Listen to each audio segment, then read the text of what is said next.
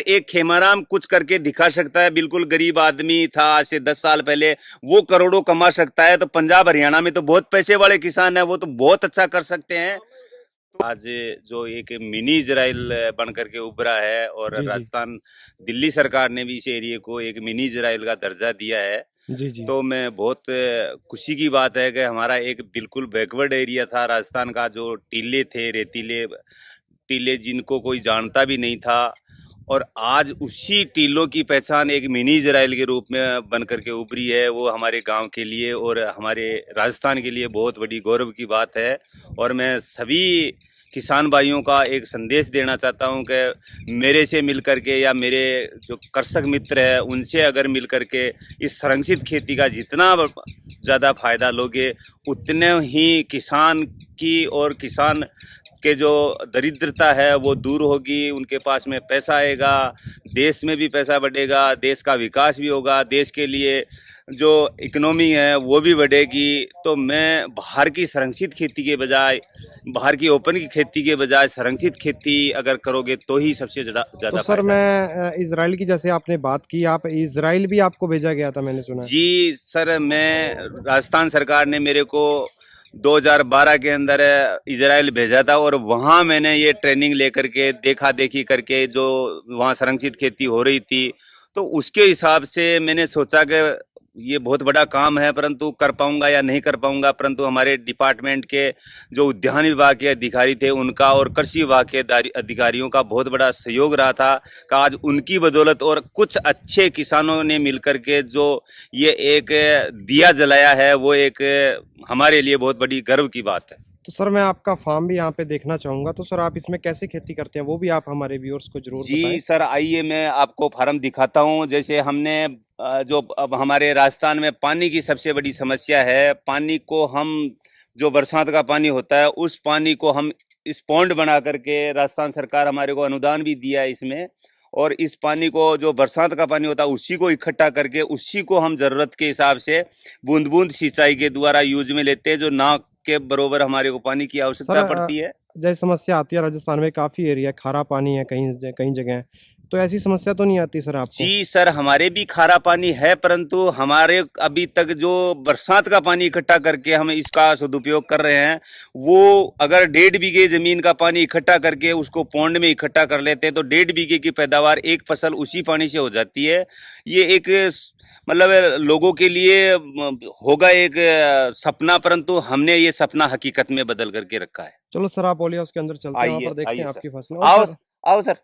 तो और मैं सर यहाँ पे देख पा रहा हूँ काफ़ी, यहाँ पर जो सोलर पैनल है इनका काफ़ी प्रयोग किया गया है। ये सर सोलर और संरक्षित खेती एक दूसरे के पूरक है। अगर सोलर भी नहीं होता तो भी ये संरक्षित खेती जितनी सक्सेस हुई है उतनी सक्सेस नहीं हो पाती, क्योंकि ये सोलर से हमारी सारी समस्याओं का समाधान हो गया। गर्मियों के अंदर इसके अंदर जो फोगर चलाते हैं इसको ठंडा करने के लिए, टेम्परेचर डाउन हो जाता है, ह्यूमिडिटी बढ़ जाती है। अगर सोलर नहीं होती तो भी ये इतनी अच्छी संरक्षित खेती नहीं हो पाती। और सर मैं ये जानना चाहता हूँ कि आप कौन कौन सी फसलें करते हैं और आपने कितने एकड़ से इसको स्टार्ट किया था, आज कितने एकड़ तक पहुँच चुके हैं? मैंने मेरे हिसाब से शुरुआत 1 एकड़ से चालू किया था इजराइल से वापस आने के बाद में, और आज मेरे हिसाब से इस लोकल एरिया में 4 किलोमीटर के दायरे में कम से कम 400 पोली हाउस लग चुके हैं। 400 एकड़ हो गया है। और आप आग कितने एकड़ में करते हैं सर? मेरे 6 एकड़ में पोली हाउस लगा हुआ है, और मेरे परिवार के भी 8-10 एकड़ में पोली हाउस लगे हुए हैं, और मेरे रिश्तेदारों के और अड़ोस पड़ोस के किसानों के, राजस्थान के ज्यादातर सभी किसानों के इतना मारा मारी है पोली हाउस में कि अभी बहुत ज़्यादा लग रहे हैं। अभी अभी ये कंडीशन है कि 2030 तक, आज जो पोली हाउस के अगर सोचता है, हाँ। और जो गवर्नमेंट अनुदान देती है, टारगेट देती है, उसके हिसाब से 30 साल बाद में उसका नंबर आएगा। इससे पहले इतनी फाइलें तो पेंडिंग पड़ी हुई पड़ी है। हैं, यानी कि किसान पॉली हाउस बनाने वाले ज्यादा हो गए हैं। और हाँ, जब बनाने आपको वाले कितना ज्यादा हो गए। अनुदान मिला था स्टार्टिंग में, कितने में अपने पॉली हाउस लगाया था? मेरे शुरू में अनुदान मिला 75% अनुदान, और अब आज 70%, और बड़े काश्तकार को 50% अनुदान मिलता है। परंतु ज्यादातर हमारे को 70 या 75% अनुदान मिला हुआ है। सोलर में भी मिला है, पौंड में भी मिला है। जो भी योजनाएं आई है उसका हमने सदुपयोग किया है और अच्छा पैसा कमाया है और एक अच्छी मिसाल खड़ी की है। जो राजस्थान को कोई जानता नहीं था, आज पंजाब हरियाणा के किसान भी यहाँ आकर के हमारे को बहुत बड़ा धन्यवाद देते हैं कि हम मान ही नहीं सकते थे कि इन दौरों के अंदर आप इतना अच्छा खेती कर सकते हो और इतना अच्छा पैसा कमा सकते हो। तो आपके पॉली हाउस में चल के देखना चाहते हैं कि आप कैसे खेती करते हैं अंदर। जी आइए सर। और सर इन कैरेट्स का कैसे प्रयोग किया जाता है, इसमें फसल लेके जाते हैं जी आप? ये कैरेट से में हम खीरा भरते हैं और ये खीरा सुरक्षित जाता है मंडी के अंदर, इसमें कोई नुकसान नहीं होता है। और मंडी करने की कोई समस्या तो नहीं है? जैसे नहीं, हर नहीं, हर फील्ड में मंडी करने की काफी समस्या आती नहीं, है। ज्यादा समस्या नहीं है। और आइए सर। और तो दोस्तों आप यहाँ पे देख सकते हैं। तो सर इसको इजराइल से कैसे जोड़ा जाता है, आप ये बताएं आप हमें। ज्यादातर ये संरक्षित खेती इजराइल ने इजाद की थी और इजराइल के बाद में ये हमने देखा वहाँ और आकर के हमने इसको अपनाया। जी, और इजराइल में ऐसे होता था वर्टिकल हाँ, खेती। ये हमने पहले बार देखा था वहाँ, हम भी नहीं मानते थे कि इतना इसमें खीरा की पैदावार इतनी होती है। जी। हमने भी इजराइल में सुना तो मैंने झूठ माना था, परंतु आज हमने उनसे भी ज्यादा पैसा ले लिया। तो आज वो झूठ नहीं बोल रहे थे, वो सच बोल रहे थे।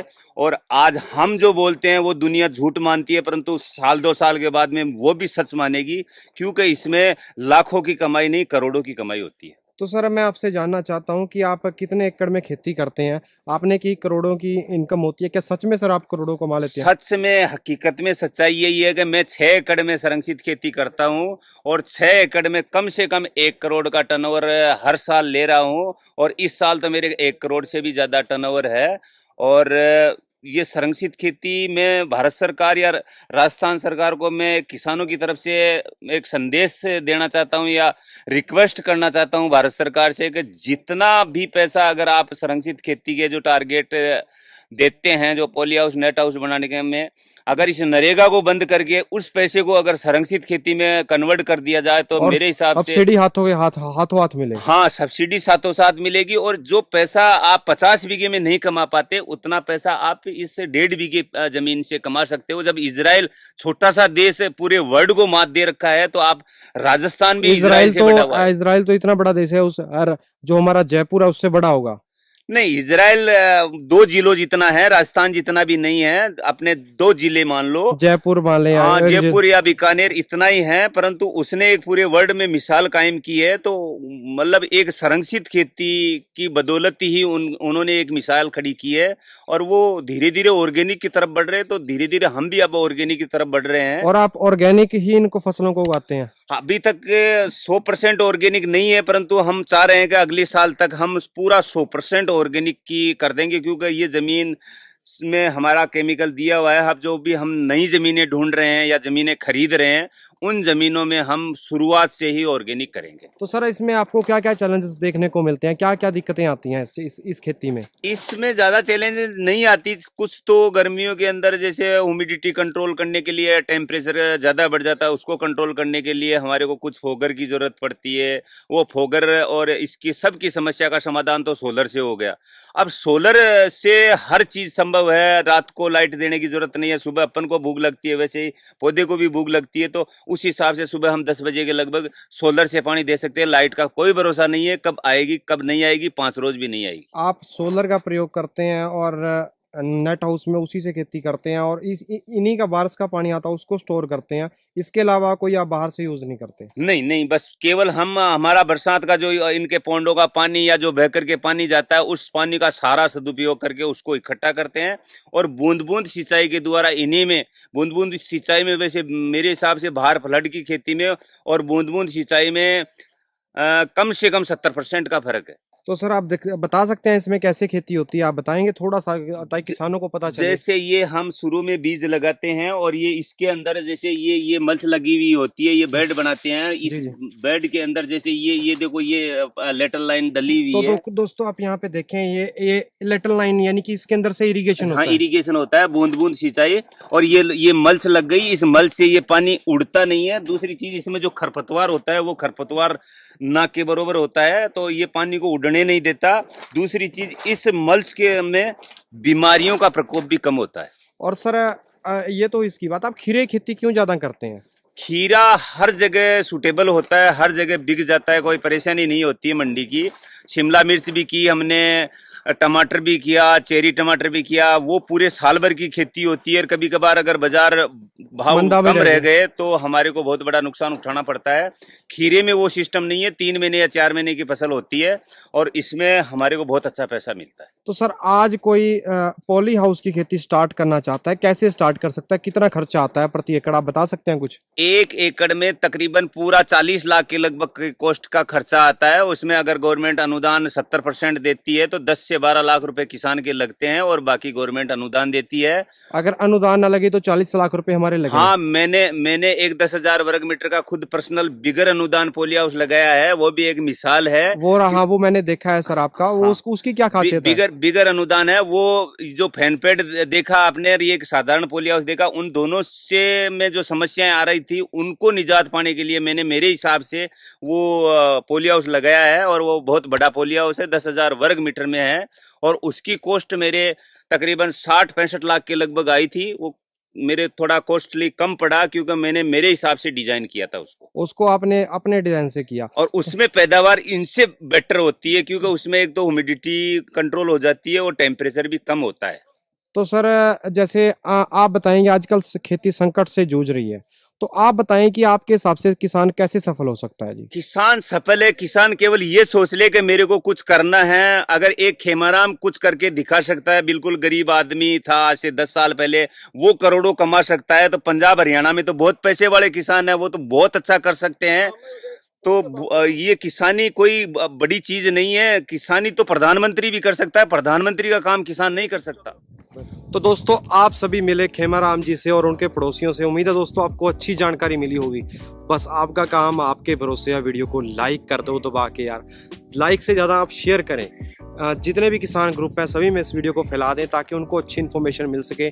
और चैनल होता है ना, इसको सब्सक्राइब कर लें ताकि ऐसी शानदार क्वालिटी वाली वीडियो आपको आगे मिलती रहे, क्योंकि हम रोज़ ऐसी वीडियो लेके आते रहते हैं। तो आप सभी का तहे दिल से धन्यवाद।